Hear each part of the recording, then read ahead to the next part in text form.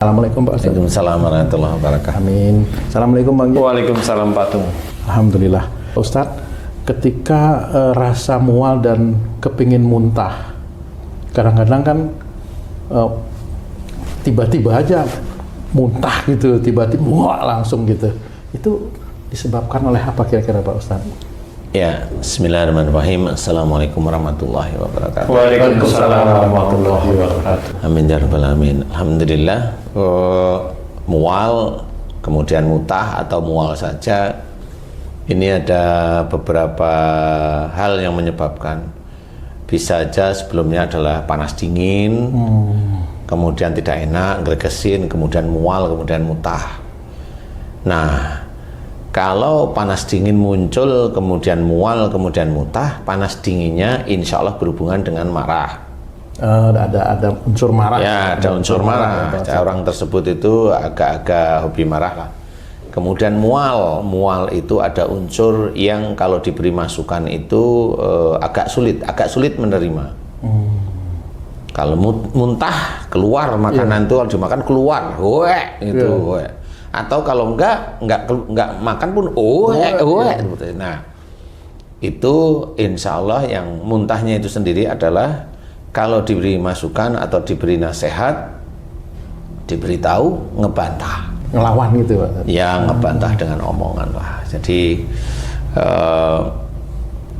antara panas dingin, mual dan muntah ini beda persoalan.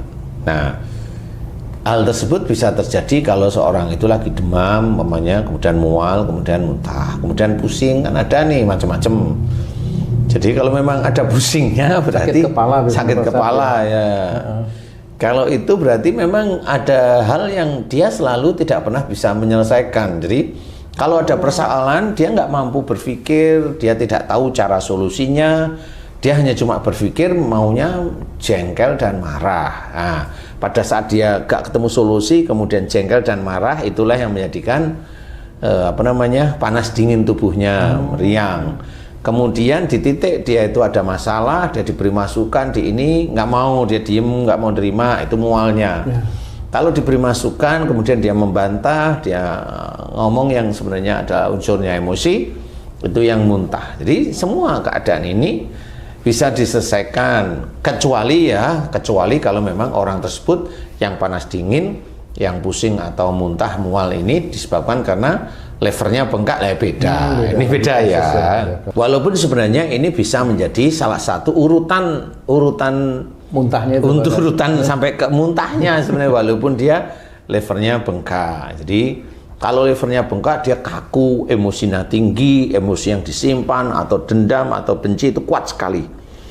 Nah, di situ nanti akan memunculkan, yaitu tadi orang yang marah, benci, kaku, dendam itu kan sulit untuk menerima masukan orang lain, sehingga di situ mual, kemudian muntah. Ya sudah, kalau namanya orang yang begitu rata-rata kalau dikasih nasihat itu pasti ngelawan, berani.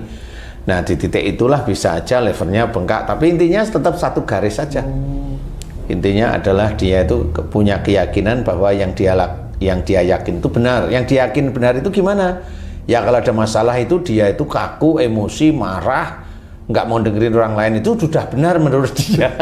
Kalau kasus pada bayi misalnya, itu kan sering tuh, saya pernah menggendong bayi itu Pak, tahu-tahu bayinya langsung keluar gitu. Macem-macem.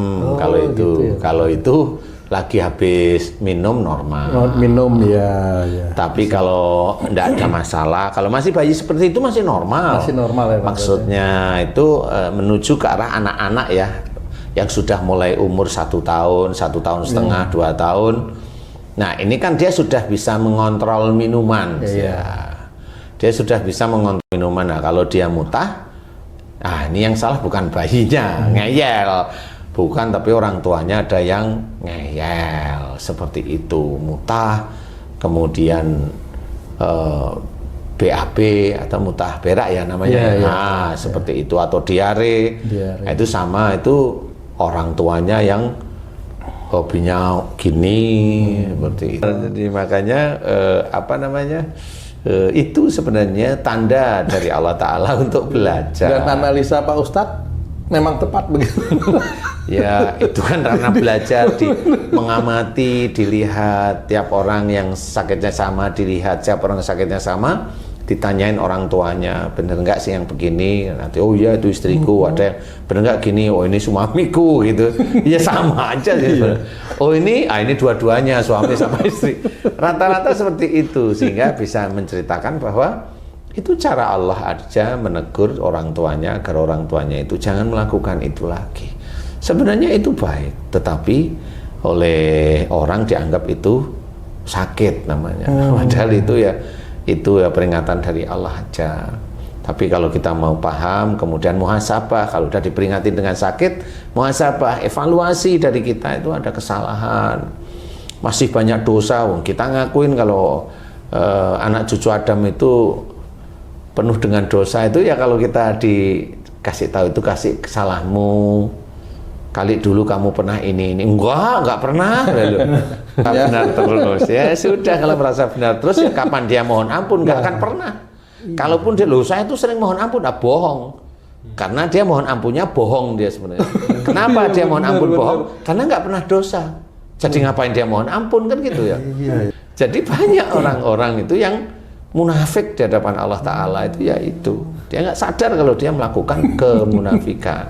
Makanya kalau diingatkan, ya yang mana ya, nah itu bolehlah diketahui. Kemudian, oh ya saya nanti tak mohon ampun kepada Allah, meminta maaf kepada pasangan seperti itu. Atau kalau kita ya, kalau umur-umur yang sudah dewasa kayak kamu kamu mutai, kamu jarang mutah deh ya.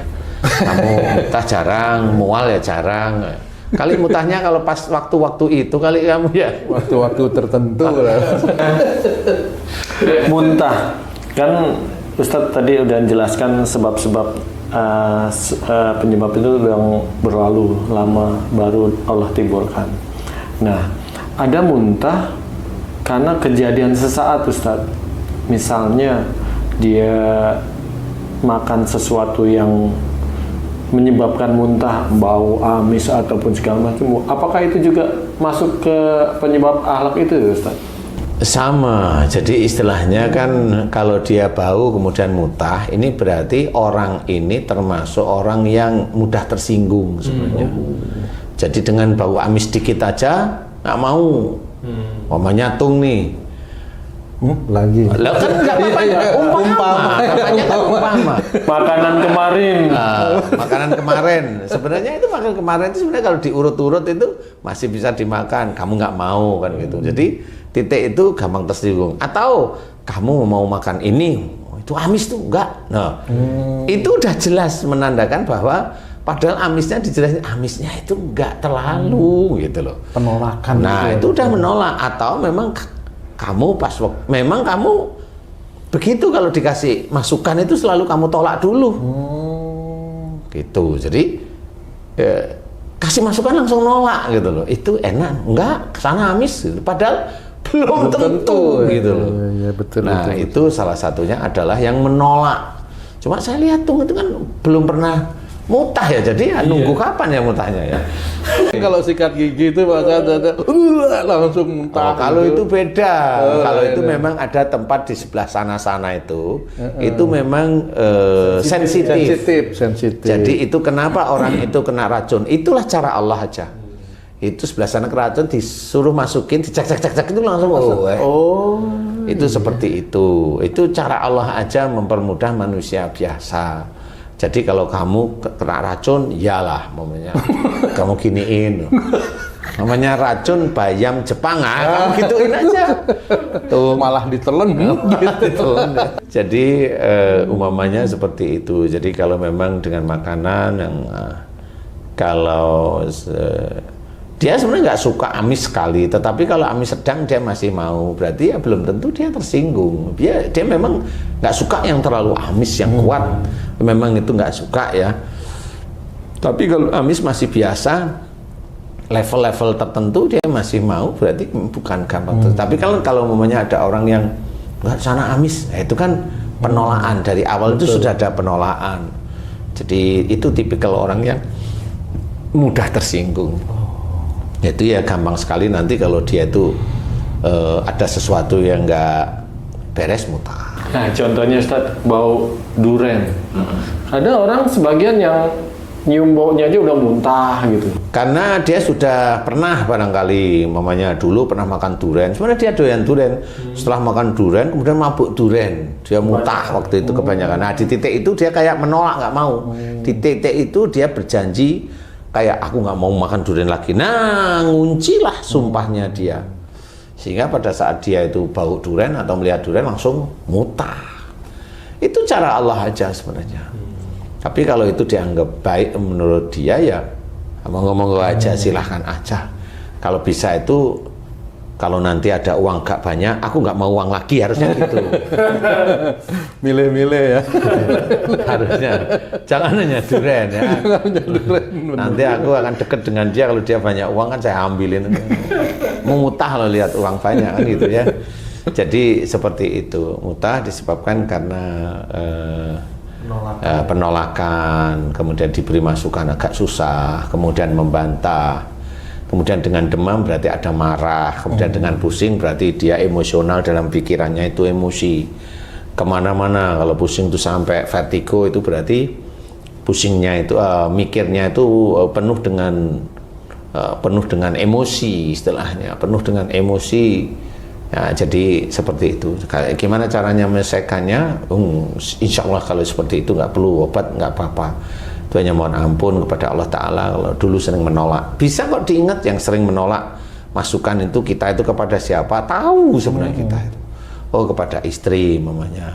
Oh, kepada suami mamanya. Oh, kepada orang tua, ayah atau ibu, itu nanti bisa diurut. Mohon ampunlah kepada Allah Ta'ala, minta maaflah kepada orang yang pernah kita tolak, istilahnya seperti itu. Nah, insya Allah itu sembuh cepat kok, insya Allah. Kalau memang itu hanya mutah loh ya, insya Allah cepat, insya Allah cepat. Ada juga orang yang bukan mutah, tapi dia kalau di infus itu nggak bisa masuk. Cairan itu disuntikin itu nggak bisa masuk, cari. Kalau dokter bilang pembuluh darahnya nggak kelihatan gitu, ya harus muni-munimu aja.